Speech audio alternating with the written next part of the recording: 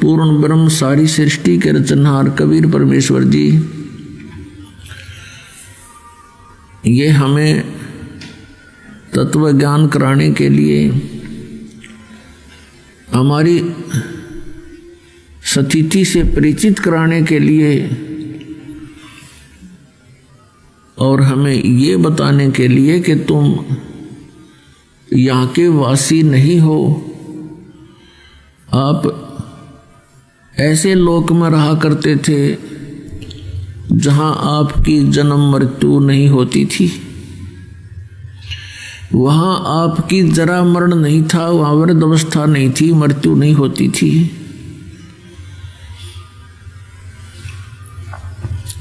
वहाँ किसी वस्तु का अभाव नहीं है। उस सतलोक में आप रहा करते थे। आप अपनी गलती के कारण यहाँ भवसागर में गिर गए, अब वापस चलो। अब जिस लोक में आप रह रहे हो ये लोक अच्छा नहीं है, या कोई प्राणी सुखी नहीं है। यहाँ का भगवान ये परमात्मा नहीं है,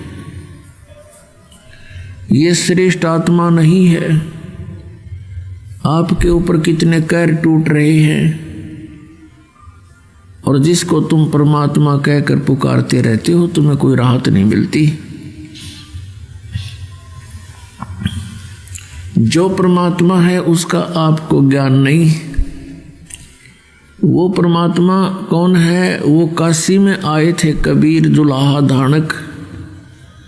ये वो परमात्मा है जो सर्व सुखदाई है, सर्व पाप नाशक है, पूर्ण मोक्षदायक है। हम सबके जनक हैं, हम सबके पिता हैं। अपनों का अपनों को दुख होता है, अपनी संतान का माता पिता को कष्ट होता है यदि उन पर कोई आपत्ति आती है। हम यहाँ घोर कष्ट उठा रहे हैं, हमारे पिता बहुत दुख पा रहे हैं, और ये काल उस परमात्मा को सताना चाहता है हमें पीड़ित करके। पुण्यात्माओं, आपने ये अमर कथा कभी सुनी ही नहीं थी, इसलिए ये बातें ऐसी लगती हैं शीघ्र से स्वीकार्य नहीं होती, क्योंकि आप बच्चे हो और ये ज्ञान उच्च सत्र का है। छोटे बच्चे माता पिता से कुछ वचन सुनते भी हैं तो उनकी बुद्धि ग्रहण नहीं करती शीघ्र से। जिस दिन आपकी या समाप्त हो जाएगी, जैसे छोटे से बच्चे को वो कोई आकर के वस्तु उठा लेता है, जैसे पेन उठा लेता है और पूछता है कि पापा ये क्या है। पिताजी कहता है बेटा पेन है पेन। फिर कहता है फिर कहता पेन है बेटा पेन। वो कहता पेन है ऐसे कहता कहता वो उसको रखकर छोड़ जाता है और खेलने लग जाता है दूसरी वस्तुओं से। वो ये समझ नहीं पा रहा पिताजी कहना क्या चाह रहे हैं कि ये क्या चीज है। पिताजी तो बता ही रहे हैं कि पेन है। तो वो अभी उसकी बुद्धि इतनी बनी नहीं है कि उसको ग्रहण कर ले पिताजी क्या बता रहे हैं। और जब वो थोड़ा सा बड़ा हो जाता है, उसका माइंड विकसित हो जाता है, तो फिर उसको कहते बेटा पेन लाना उठा के। वो दौड़ा जाता है, दौड़ी जाती है बेटी है या बेटा, और उठा के ला के रख देता है। तो ऐसे अभी आप इस ज्ञान को जो दास आपको बार बार सुना रहा है, इसको जल्दी से ग्रहण नहीं कर पाओगे, क्योंकि आप अभी बच्चे हो भक्ति मार्ग में। और जब आपकी यह मिट जाएगी, आपकी आंखों से आंसू बहा करेंगे कि हम कितने नालायक देखी तामरे, या सपने में भी सुख को नहीं, जागरण में तो होगा कहाँ से। हमने सुख ढूंढ लिया, सिनेमा देख लिया, गुटी ला ली, कार ले ली, कोठी ले ली, अंदर से जो कि तू आग लगी रहती है प्रत्येक प्राणी में। परमात्मा कहते ब्रह्मांड 2100 आग लगी है, और ये कृत्रिम बाजी सब ठगी है। काल ने ठग रखा, तुम्हारे को धोखा दे रखे। लेकिन यह आपका समझ में नहीं आती, क्योंकि भांग घनी प्यार रखी इसने। कबीर साहब कहते हैं, कबीर ये माया अटपटी सब गट आन अड़ी, और किस किस न समझाऊं या कुआ भांग पड़ी। इस 21 ब्रह्मांड के कुएं में इस काल ने ये अज्ञान रूपी और झूठे, यहाँ लालच लोभ वाली झूठे सुख वाली भांग प्यार रखी है आपको, और ये नशा घना हो गया। हमें बिल्कुल भी ज्ञान नहीं, इतना जरा सा भी नॉलेज नहीं है अध्यात्म मार्ग का, नहीं तो हम इस अनमोल मनुष्य जीवन को यूं बर्बाद नहीं कर सकते। जैसे आप देख रहे हो, हम देखते हैं जिनको बहुत बड़े आदमी हैं, हम बड़ा किसको मानते हैं कि किसी के पास कोई छोटी सी पोस्ट हो, कोई मंत्री बन गया, कोई प्रधानमंत्री, ये कोई सौदा ना है इसका इस भक्ति मार्ग में। ये तो एक गरीब व्यक्ति, निर्धन, रिक्शा चालक, मजदूर, कस्सी, किस बजाने वाला, किसान या और कोई भी शॉपकीपर, मजदूर छोटा सा भी, और वो इस नाम से जुड़ा हुआ है। प्रधानमंत्री, राष्ट्रपति तो उसका पासिंग भी कोनी, कुछ भी सांग नहीं है। जब आपका यो ज्ञान समझ में आओगा।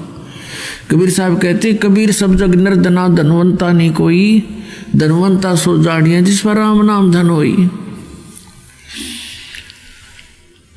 तो हम इस धन से परिचित नहीं, हम यहाँ के इस झूठे धन से परिचित हैं, और इसी में अपने शानो शौकत बनाने में लगे रहते हैं।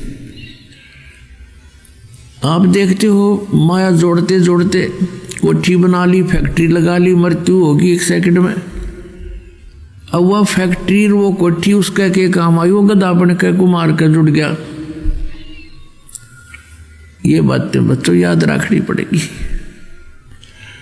क्या बताते हैं परमात्मा के, कोट जन्म तन भर मत हो गए, कुछ ना हाथ लगा रे, कुकर सुकर खरबा बोरे, कौआ हंस बगारे। कोटि जन्म तू राजा की, ना मिटी न मन की आशा, और भिक्षुक होकर दर दर घूमया, ये मिला नहीं निर्गुण रासा। ये जो तत्व ज्ञान परमात्मा ने अब सार्वजनिक करने का आदेश दिया है, ये पहले गुप्त रखा था। गुप्त किस लिए रखा था? क्योंकि सतयुग त्रेता द्वापर में और कलयुग के फर्स्ट में ये प्राणी इतना दुखी नहीं होता जितना कलयुग के बीच में और लास्ट में होगा। उसमें क्यों होगा और पहले क्यों नहीं होता दुखी? क्योंकि सतयुग के अंदर उन पुण्यात्माओं को जन्म दिया जाता है जो पूर्व जन्म के बहुत ही अच्छे पुण्यकर्मी होते हैं। फिर उनको बार बार जन्म मिलते आता है। जो ज़्यादा कर्म खराब कर जाता है उस दौरान तो वो 84 लाख योनियों में चला जाता है। और उन दिनों में, उन युगों में ये प्राणी साधना अवश्य करता है, क्योंकि अच्छी आत्माएं कभी भी भगवान की भक्ति बिना किसी भी युग में वो रह नहीं सकते। और पुण्यात्माओं जैसे ये कलयुग चल रहा है, इस कलयुग की ये पिछली पीढ़ी आ गई। परमात्मा इसे दयालु है कि अब ये पूरे विश्व में अपनी प्यारी आत्माओं को, अपने बच्चों को पूरे, चाहे वो किसी भी योनि से दोबारा मनुष्य जीवन भी प्राप्त करेंगे अभी तुरंत, परमात्मा की वाणी जगह जगह गूंजेगी। मालिक ने ऐसे इंस्ट्रूमेंट बनवा दिए ना, ये आदमी की बुद्धि की सतर के इंस्ट्रूमेंट है जो कंप्यूटर तक बना लिए, इंटरनेट लगा दिए, मोबाइल बना दिए, इसमें टेप भी अंदर, रिकॉर्डर भी अंदर, और बातचीत कर लो बाहर से वो भी अंदर। ये मनुष्य यही था सतयुग से लेकर आज तक, और इस पर ढंग से पेचकस नहीं बना था, ना कोई ऐसा कोई साधन था कृषि का। तो अब ये इसलिए बनवाए हैं परमात्मा ने कि इसके माध्यम से मेरे बच्चों तक, चाहे वो किसी योनि में, कुत्ते, गधे, सुअर या अन्य किसी योनि में है। जैसे कुम्हार ने नाम ले लिया, मोबाइल साथ रखेगा, गधे साथ होंगे, उन गधों पर भी वाणी का असर होगा। मालिक की इतनी सबसिद्ध वाणी है ये परमात्मा की। किसान हल जोतता है और बैलों के साथ घूम रहा है, जेब में मोबाइल है, परमात्मा की वाणी सुन रहा है, क्योंकि सुने बिना आत्मा रह ही नहीं सकती। या मंत्र लाओगा या अपनी परमात्मा की वचन सुनेगा तो उन बैलों पर भी असर होगा। उनकी प्रारब्ध कर्म पूरा होते ही उनके बहुत से पाप कर्म इस वाणी से निर्मल हो जाएंगे और उनको मनुष्य जीवन मिलेगा। तो इस प्रकार पूरे विश्व में परमात्मा एक बार सभी प्राणियों पर रहम करेगा और जो अच्छी आत्मा है वो तो पार हो ही जाएंगी, क्योंकि उनको ज्ञान सुनेगा, उनका वो तो सिर धड़की बाजी ला देंगे। जैसे पहले पिछले इतिहास देख लो, गोपीचंद और भर्तृहरि दोनों राजा थे। परमात्मा प्राप्ति के लिए गोरखनाथ जी से उपदेश लिया और जो भी आज्ञा दी उस गुरु ने, और जिस सत्र का वो गुरु था, और उन्होंने जो उससे प्राप्त किया, जो आज्ञा मिली, वो सिर धड़की बाजी ला दी। गुरुदेव ने कहा कि जाओ, अलवर के राजा का किला बन रहा है और उसमें मजदूरी करो और मंत्र भी जाप करते रहना, और वहां से मेहनताना मत लेना, रोटी के लिए कहीं और टाइम करना। अब जो आज्ञा गुरुदेव। उन्होंने जिसने भगवान पाना, फिर बकवादों की कहाँ कसर रहेगी, उस आवश्यकता रहेगी, अगर मगर कहाँ रह गया फिर उसके मन में। या तो भगवान चाहते नहीं तुम। कोई कहता है जी बीड़ी ना छूटे, कोई नो कहे जी यूँ तब यूँ नियम तो मेरा ना पुग गए, फिर तो तू ड्रामा कर रहे हो भाई। फिर भगवान पाने के लिए तो समर्पित होना पड़ेगा हरिन महापुरुषों की तरह। लेकिन उन नवो वस्तु बिना मिले तुमने वो मिलने जा रही है। तो 12 वर्ष तक अलवर के किले में उन्होंने मजदूरी करी और मंत्र जाप करते रहे। और टाइम के लिए कुम्हार के घर पे गारा गुंदा करते, उसकी गारा गुच्छा करते और उससे रोटी प्राप्त करते थे और वहाँ मजदूरी करते। जो भी समय था निर्धारित 8-7 घंटे का।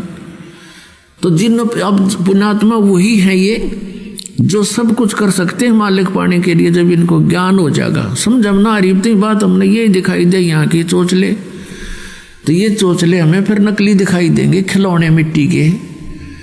पुत्र है कितना प्यारा लगे है, मृत्यु हो जाए एक्सीडेंट में, टूट गया खिलौना और रो माथे बात मार मार के।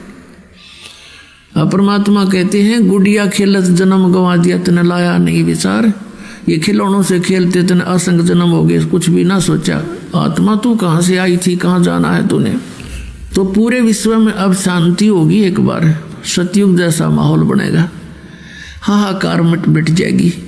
हम जो भिन्न भिन्न पंथ बना बैठे, भिन्न भिन्न मजहब बन बैठे, हम अपने भोलेपन में अलग अलग हो गए, परमात्मा के लिए हुए। हमने सोचा हिंदू धर्म अपनाने से भगवान मिलेगा, फिर अलग से कोई मजहब बना, मुसलमान धर्म बना, तो हमने सोचा शायद इससे भगवान मिलेगा, तो उसमें चले गए, वो ग्रहण किया कुछ पुण्यात्माओं ने।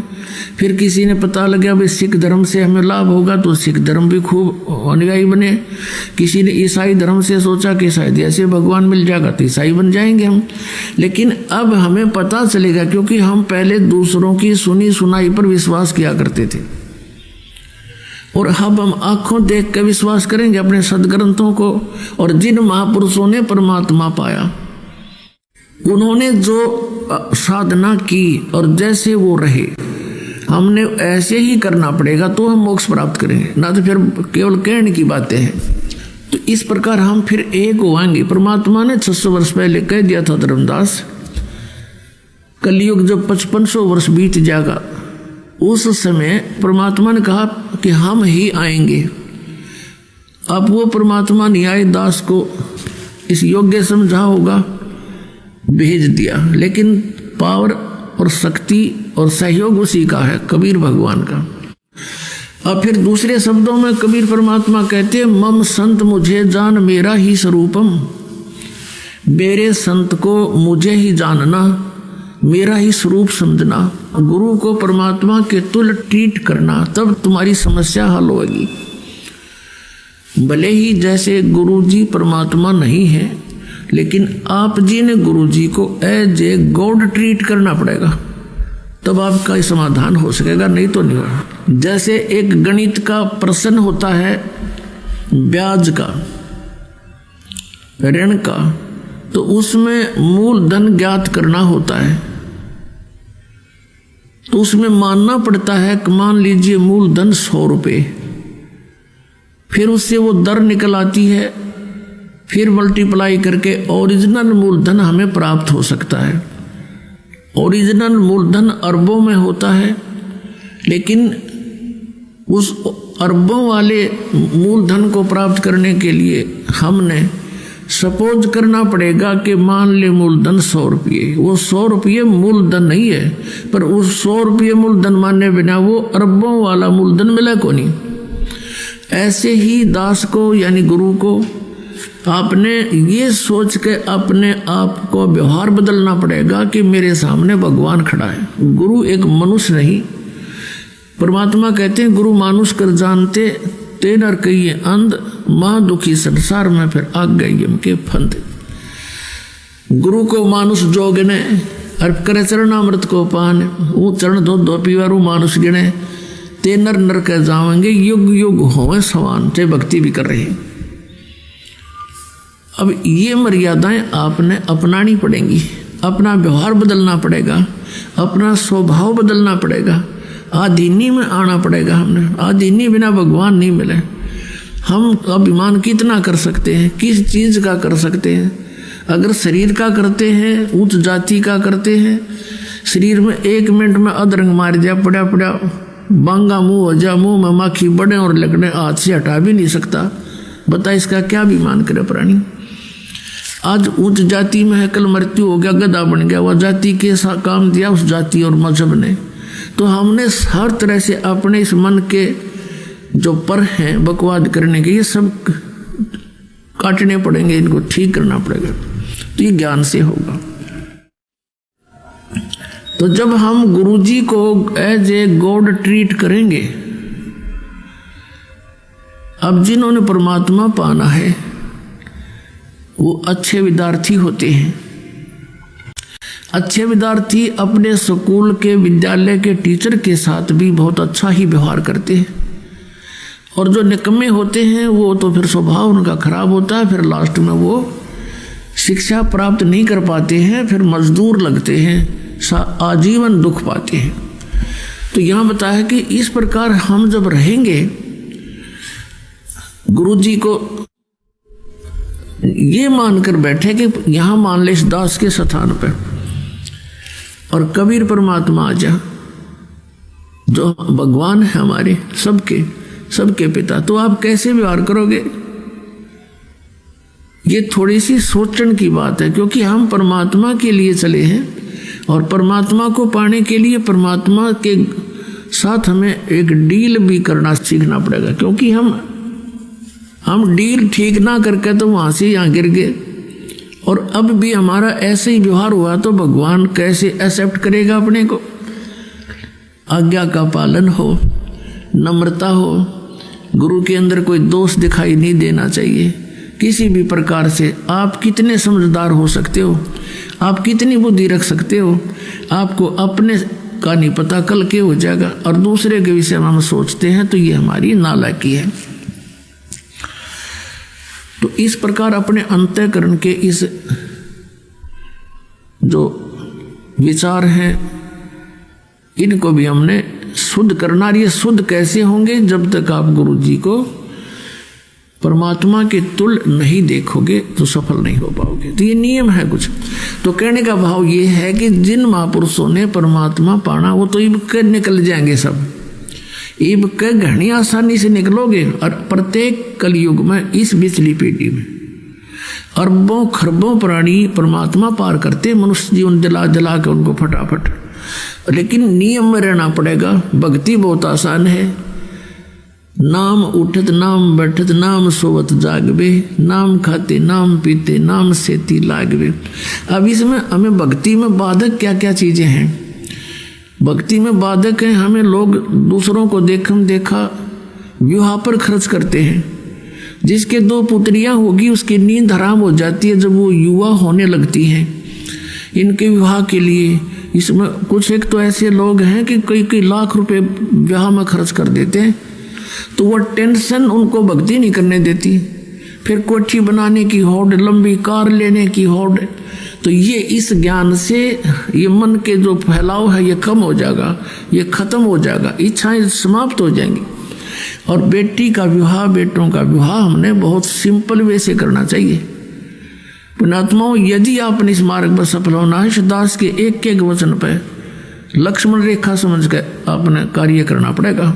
और फिर आप पार ना, वो गारंटी देता, दास लिखवा के ले लो मुझसे, इतना आसानी से पार।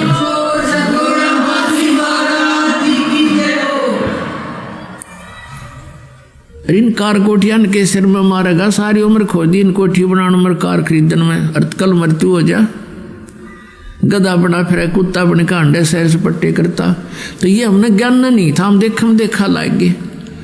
अब बच्चा जो है बचपन से कोई बुराई नहीं करता, 90% बुराई या जो भी क्रिया है समाज से सीखता है। अब देखा कोई बालक ऐसे सिगरेट पी रहा लंबी लंबी करके, तो दूसरा भी शुरू करा, जबकि उसको एक्सेप्ट नहीं करता शरीर उसका। पहली बार पीवा आँखों में पानी आवे, फिर लेकिन देखा फिर चाहे कुछ भी हो करना ही है, वो दिखाना मैं भी पीता हूँ। तो ये बकवादें छूट जाएंगी। हम सबसे पहले सब बुराई हटानी पड़ेंगी, फिर वो टेंशन खत्म हो जाएगी। जैसे मजदूर है बेचारा, अब वो काम कर रहा है, अब उसको टेंशन है कि 2 बेटियां ब्यानी हैं, कैसे करूँगा, उससे ये लाना है, उससे ये लाना है, ऐसे करूँगा, कहाँ से पैसे लूँ। और फिर जब ये समस्या परमानेंट हल हो जाएंगी कति। और वैसे नहीं, ये ज्ञान होगा। जैसे आप किसी से दहेज लेते हो, तो वो दहेज कोई वैसे थोड़ा ही है, उसका पैसा आपके ऊपर ऋण हो गया, अगले जन्म में मनमानो उसका गधा बनकर देना पड़ेगा आपने। परमात्मा कहते हैं तुमने उस दरगाह का मैल नहीं देखा, और धर्मराज के तिल तिल का लेखा, एक एक पाई का हिसाब करना पड़ता है वहाँ पर। तो हम क्यों सिर में दर्द करें, 2 रोटी खानी, 2 कपड़े चाहिए, सारे साल में कुर्ते पजामे, बस काम चल जाए। तो इस प्रकार हमने इतना नॉर्मल होना पड़ेगा, ऊंच विचार रखा, भगवान में श्रद्धा बढ़ाए रखकर, फिर भी किसी वस्तु की आपको आवश्यकता होगी, भगवान दूर नहीं। जैसे कल आपको कथा सुनाई थी कि परमात्मा अनंत कोट ब्रह्मांड के स्वामी एक झोपड़ी में बैठ के और 120 वर्ष बिता के चले गए, 120 वर्ष, और कपड़ा बुनते थे अपने हाथ से, और उससे जो मेहनताना आता था उससे अपने परिवार का पोषण करते थे। परिवार उनका अपना कैसा था, एक मुंह बोले माता पिता थे 2, जो कमल के फूल से उनको उठा कर लाए थे, और एक पुत्र एक पुत्री थी जो मुर्दे जीवित किए थे, एक दरिया में बहता हुआ जा रहा था। शेख तकी एक धार्मिक गुरु था सिकंदर लोधी राजा का, उसको सोचा था कि ये शायद यूं ही मान ले, उसने शर्त रख दी थी कि कबीर कोई मुर्दा जिंदा कर देगा तो मैं इसको अल्लाह मान लूँगा।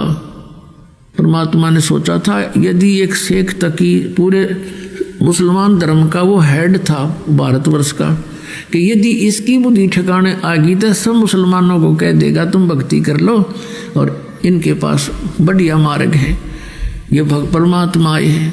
उन्होंने इस सोच करके एक मुर्दा किसी ने बहा दिया था, जल प्रवाह कर देते हैं कुछ कबीले, उनको ना जलाते हैं ना दबाते हैं मिट्टी में। तो वह सैकड़ों व्यक्तियों के सामने परमात्मा ने वो आत्मा धर्मराज से छुटवा के वापस के छोड़ इसको वापस और जीवित कर दिया था। और वो बच्चा फिर 12-13 वर्ष की उम्र का था, वो कबीर साहब ने अपने साथ अपने पुत्र के रूप में रखा था। उसने आत्मा ने ज्ञान हो गया था कि हमारा पिता तो वास्तव में ये है। ऐसे शेख तकी की लड़की थी सिकंदर लोधी के धार्मिक गुरु की, वो कब्र में दबा रखी थी, मर चुकी थी। उसको फिर उसने दूसरी शर्त ये रख दी कि मेरी लड़की ने जीवित कर दे तो मैं मान लूँ। वो लड़का तो सदमे में था, वो तो जीवित ही था, वैसे ही तुक्का लग गया इसका, जब जानो मेरी पुत्री जो काफ़ी दिनों से कब्र में दबी पड़ी है इसको जीवित कर दे। कई हजारों व्यक्तियों के सामने परमात्मा ने कब्र फुड़ा के वह लड़की भी ऊपर से छुड़वा के धर्मराज से वापस जीवित करवा दी थी। जब वो बेटी सामने आके खड़ी हुई, परमपिता ने कहा जा बेटी तेरे पिता के साथ, शेख तकी के साथ। उस लड़की ने 1.5 घंटा प्रवचन किए थे कि ये जनता वालों ये परमात्मा आए हैं, मेरी तो तैयारी हो गई थी पशु बनने की, ये वहाँ से छुड़वा के लाई है मुझे और जीवित किया, तुम भी आ जाओ शरण में।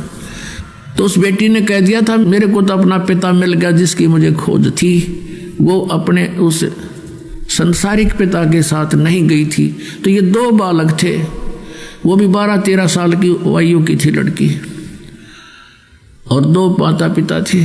तो उस परिवार का पोषण करके इसलिए दिखाया कि तुम ऐसे रहो यदि तुमने सतलोक जाना है, और यहाँ काल की भांग पीनी है तो फिर यहीं रह जाओगे, तुम्हारा नशा उतरे को नहीं। मान बढ़ाई जमपुर जाई, तुम होए रहो दास समदासा। मान बढ़ाई में रहोगे तो काल के लोक में रहोगे। मान बढ़ाई छोड़ के परमात्मा में श्रद्धा बढ़ा के ज्ञान को आधार बनाकर इस सफर को तुम तय करो, बहुत आसानी से सफर तय होगा आपका, और परमात्मा बहुत सहज मिलेगा। अब फिर ये जब सब समस्याएं हमारी हल हो जाएंगी और फिर भी कोई ऐसी बात आएगी तो दाता दूर नहीं। परमात्मा ने यही करके दिखा था कि किसी ने उनके साथ बकवाद कर दी थी, चिट्ठी डाल दी, 18 लाख व्यक्ति आगे इकट्ठे हो गए, खाना खिलाओ, भोजन दो, 3 दिन, और साथ में 2 हर और 1 असरफी कि ऐसा सबको दिया जाएगा, इस लालच में दुनिया इकट्ठी होगी। परमात्मा कहते हैं कि जैसे मैं बिल्कुल गरीब व्यक्ति था, ये दिखाया मालिक ने रिहर्सल करके ट्रेलर दिखाया, लेकिन मेरी आस्था भगवान में दृढ़ थी, मैं कंगाल था, मैंने सब कुछ मालिक पर सौंप दिया था। कहते हैं सर्वस्व सौंप देत साहेब को काज जिन्हों के सरिया। जो सर्वस्व सौंप देते हैं मालिक पर, कहते हैं फिर दाता हाजिर खड़ा रहता उसके लिए। फिर ये दिखा के देखो मेरे लिए परमात्मा ने के स्वरूप बना लिया था, वो थे तो खुद ही, और के स्वरूप बना के देखो 18 लाख व्यक्तियों को 3 दिन तक भोजन भी दिए, 2 हर भी दे दी, कंबल, और साथ में असरपी यानी 10 ग्राम सोना डेली प्रत्येक खाने के बाद दिया।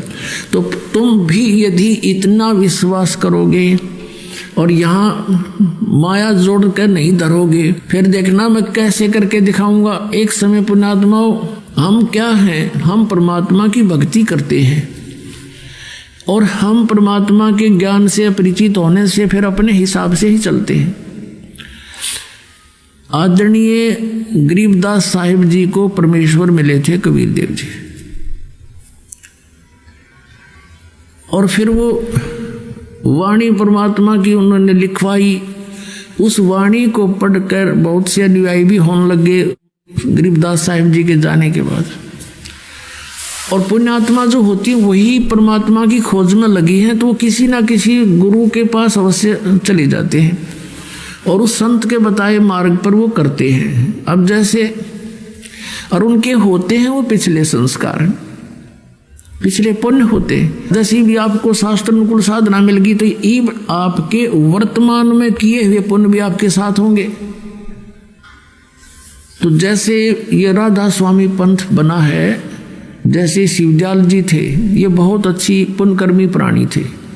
आगे रास्ता मिला नहीं, स्वयं प्रभु बन गया, कोई गुरु धारण किया नहीं। आप परमात्मा कबीर जी की वाणी को और गुरु नानक देव जी की वाणी को, इनको पढ़ा के आप मन गढ़ंत मंत्र बनाकर और बन गया प्रभु हठ योग करके। और उसको साथ साथ और बहुत से प्राणी और बिगड़ गए उसके साथ, उसको परम धड़ी मान के। एक व्यास के अंदर जयमल सिंह जी वे हैं, उन्होंने उनसे नाम लिया, उन्होंने व्यास में एक डेरा स्थापित कर दिया। वो श्री जयमल सिंह जी के एक श्री सावण सिंह जी संत उनके शिष्य हुए। अब सावण सिंह जी के जो संत शिष्य आगे बहुत से बने, उनमें से एक बिलोचिस्तानी शाह मस्ताना खेमामल जी, जिसने सच्चा सौदा सिरसा के अंदर एक स्थापना कर दी डेरे की। अब देखो श्री सावन सिंह जी के शिष्य तो बताते हैं लाखों की संख्या में थे, लाख के आसपास, उन्हें 1.25 लाख के आसपास बता रहे नाम दिया।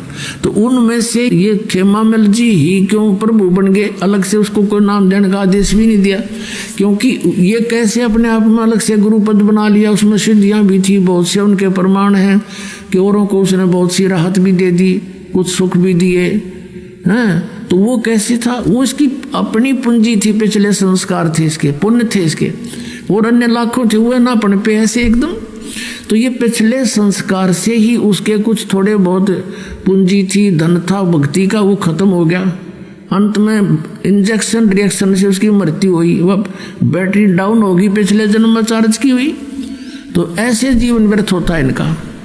ऐसे ही आदरणीय गरीबदास जी के पंथ में एक दयालदास, लालदास नहीं, दयालदास नाम के ऐसे भगत थे। वो उनके शरण में आए, किसी संत, गरीबदास जी के ही पंथ के किसी संत से उपदेश लिया। ये पिछले पुण्यकर्मी प्राणी होते हैं, जिस भी किसी ना किसी संत की आर्ट अवश्य लेनी पड़ती है, शरण लेनी पड़ती है। मालूम है इनको कि गुरु के बिना कोई भी भक्ति सफल नहीं हो सकती। तो उसने गुरु धारण किया। गुरु धारण करके फिर वो अपने आप अपने मनमुखी तरीका अपना लिया। उसके पिछले पुण्यकर्म अच्छे थे। तो उसने क्या किया, अपना कोई डेरा स्थापित नहीं किया पहले, बाद में किया उसने छुड़ानी में एक अलग से। तो पहले वो चलता रहा, उसके साथ 500 उसके शिष्य हो गए, या वैसे कोई वो मंडली बनाकर चलता था, साधु संत उसके साथ रहते थे। और उसने एक नियम बना रखा था भी कोई भी संत मेरे साथ जो रहे वो कोई पैसा नहीं रखेगा, पैसा साथ नहीं रखे, संग्रह नहीं करेगा। और वो जहाँ भी जाते थे, परमात्मा उनकी ऐसी रजा थी, पिछले संस्कार थे उनके, तो परमात्मा कबीर जी उनके लिए जहाँ भी वो मंडली जाती थी, नगर वालों को प्रेरित करके सबको दोनों समय जितने दिन वहाँ रखते थे, सुंदर मोहन भोजन खिलाते थे। फिर वो अगले उसमें चले जाते थे शहर में। एक बार वो कलकत्ता के आसपास के पास बैठे हुए थे। अब 3 दिन बीत गए, किसी ने रोटी नहीं खिलाई उनको, भोजन के लिए पूछा नहीं। दयालदास दुखी हो गए और भगवान से अर्ज करी। उसने स्वप्न में बताया कि तेरी मंडली में एक व्यक्ति पैसे लिए बैठा है, 500 रुपये उसके पास, और 500 रुपये में तुम 1 हफ्ता रोटी खा सकते हो, इसलिए हम तुम्हें देंगे नहीं। अब उसने सुबह सारे संत पालन कर लिए और कहा कि भाई जिसके पास पैसे हैं वो पैसे निकाल दो या मंडली छोड़कर चले जाओ। अब कोई नहीं बोले। फिर कहा भी जा तो बता दो, नहीं तलाशी लेंगे अब। तो उसी समय एक खड़ा हुआ उनके साथ था, न बोला ना दूं 500 रुपये, ना दूं, ना दे तो भाई जा यहाँ से चला जाऊंगा। वो चला गया। अगले घंटे भीतर परमात्मा पहुँचे अन्य रूप बना के और कहा, रे भक्तों, गाँव के नगर के बाहर और 3 दिन से साधु भूखे बैठे हैं, अरे पाप लगेगा लोगों सेठो। वो फिर क्या था, घर घर में चढ़ा दी कढ़ाई और लग गए वहाँ बैंक यहाँ पे दर दर का भोजन पहुँचने लग गया। 1 घंटे भीतर सारे तृप्त कर दिए। बोलो सतगुरुदेव।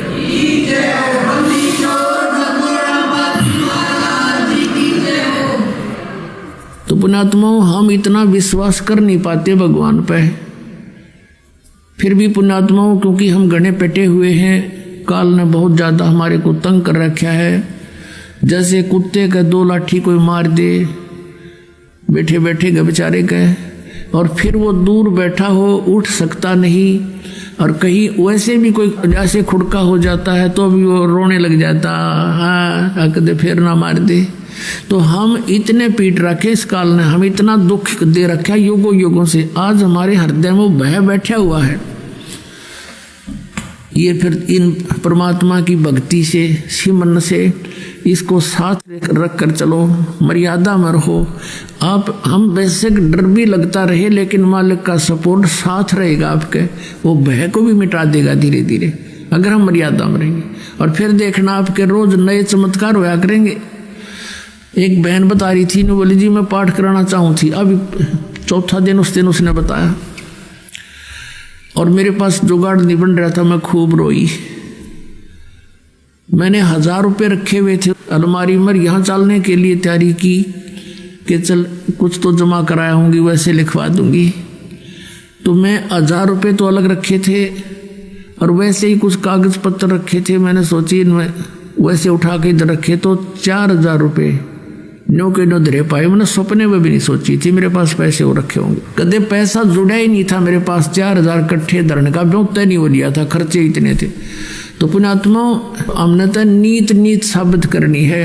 सारी सृष्टि का पालन करने वाला 18 लाख व्यक्तियों को एक प्रधानमंत्री नहीं खिला सकता 3 दिन का भोजन जिस तरह परमात्मा ने खिला दिया। फिर यहाँ का राज ने के चाटेंगे हम, जिस परमात्मा ने सतलोक से लाकर यहाँ का नहीं चवन्नी भी ली, आटा भी नहीं लिया इस नकली लोक का, सतलोक से ले आया। तो वहाँ ये भरे भंडार हैं, तो हम वहाँ क्यों नहीं चले?